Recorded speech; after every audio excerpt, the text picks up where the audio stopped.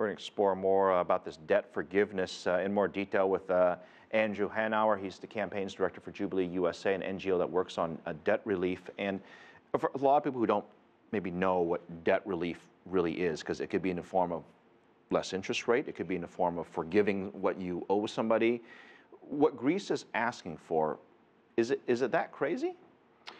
No, I mean, I think the first thing that a lot of folks have pointed out, yourself included, is that Germany got a very similar type of debt relief right after World War II. In fact, Greece was one of the countries that helped participate in that process. I think that there's been pretty broad consensus that there's no way that Greece can emerge from this crisis without significant debt relief. In fact, the International Monetary Fund said so, just last week. So I think what they're asking for is something that there is a pretty good understanding in the general sense that this has to happen for them. The United Nations has conducted some studies on trying to assess, when we talked about the banking crisis, we tried to find ways to have banks fail sort of with less chaos. The UN is looking for ways to let countries fail, at least financially, with less chaos. Explain to us what this is all about and how that might sort of be assistance in this particular case. Absolutely. So we have debt crises in Greece and Puerto Rico. We've had them around the world, and they have very, very real human costs. And so what you don't have, however, is a way for those countries to access bankruptcy protection. So if I can't pay my debts, if you can't pay your debts, we have law here in the United States to help us get through that process. There's a neutral third party who settles the situation. Countries don't have access to that. But in this particular case, doesn't the ECB sort of have that role? I mean, aren't they partially the third party?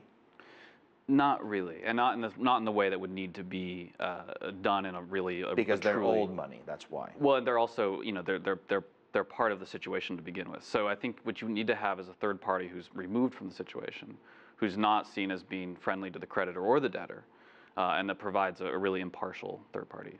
A quite notable economist, somewhat controversial, Thomas Piketty, has gone on and talked a little bit about what Germany is, but he's also said that there should be a conference on debt. Now, I don't fully understand how you have a conference just on debt, because I think you have to have some of the principles in place that you have to sort of agree upon. Sure. That, A, do we value people paying back their debts versus eliminating the debt and going into chaos?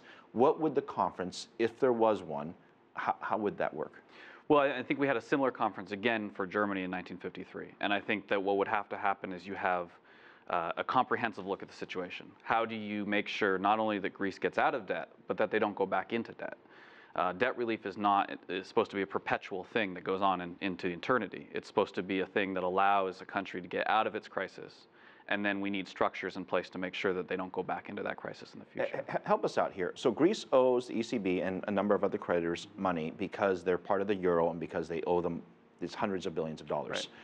Why can't Greece just say, look, we're just going to do our own thing. We don't need Europe. Mm-hmm. We're going to do our own thing. We'll go back to the drachma.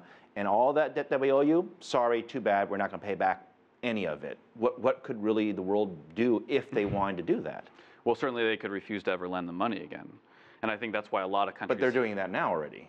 Right. But I mean, I think in terms of the future, I think that Greece does not want to be completely shut out of markets.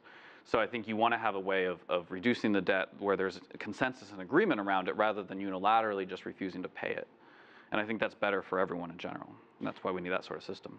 If there was, and just for our audience, Germany has come out strongly opposed. I should clarify by saying the German finance minister has come out and said that it's not on the table, any debt restructuring. But it's interesting, the French folks seem to have a little door opening there. So it leads some to believe that maybe there's a little good cop, bad cop going on, and maybe there is room for negotiation. Is that how you would read into that? I hope so. I mean, I think we need to have negotiations. I don't think we can get out of this crisis. The Greek voters said very clearly on Sunday, no more austerity. Austerity has crippled their economy. And I think that if they had voted yes and we'd had more austerity and agreed to some of these terms that Germany is laying down, we simply would be in the same place again 3 years from now. But the other side would argue this, that Greece already has a great interest rate on loans. Mm-hmm. It's near zero. Sure. They don't have to make any payments for years and years and years. So whatever the debt they owe, whether it's $200 billion or $1 trillion or $10 trillion, you don't have to pay it back. What's the big deal? Why not just take it for now and then work out something later depending on what the economy does? Well, Greece is paying back debt right now. But I think that the bigger issue is they not only paying back debt, they're not actually able to access enough revenue domestically because they're dealing with the inability to collect tax revenue, right? But the austerity measures that they've had to implement have really tanked their economy and created sort of a death spiral where things keep getting worse and worse. And so I don't think that accepting more of those terms is going to be a way for them to get out of the situation. All right, great stuff. Thank you for helping us clarify some of this complex issues. It's good to see you. Thanks for having me.